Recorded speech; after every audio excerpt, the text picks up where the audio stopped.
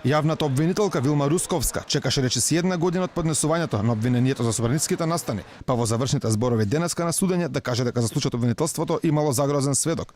Во судницата како негово сведочење, обвинителката образложи рекла казала муабет од страна на загрозениот сведок С1.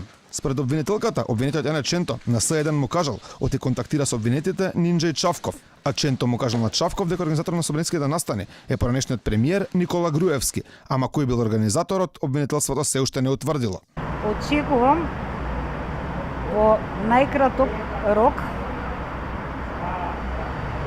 да се донесе наредба за спроведување на истрага и за организаторите. А кои ќе бидат тие, ќе видите кои ќе изготвиме наредбата.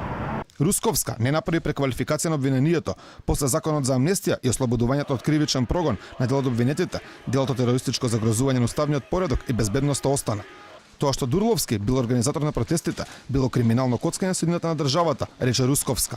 Дурловски имаше право на амнестија, но немаше право да ја загрозува безбедноста на државата кога повикуваше народ на протестите. Смело е што се коцкаше со неговата судбина, но криминално од негова страна беше да се коцка со иднината на државата. На обвинителна клупа за 27 април сега се 17 обвинети. Дурловски, Чавков, Ченто, Јук и Лазаров не побара амнестија, но останатите не им беше одобрена. Обвинителката денеска од судот побара да ги казни сите. Минимална затворска казна за делото што им се става на товар е 10 години.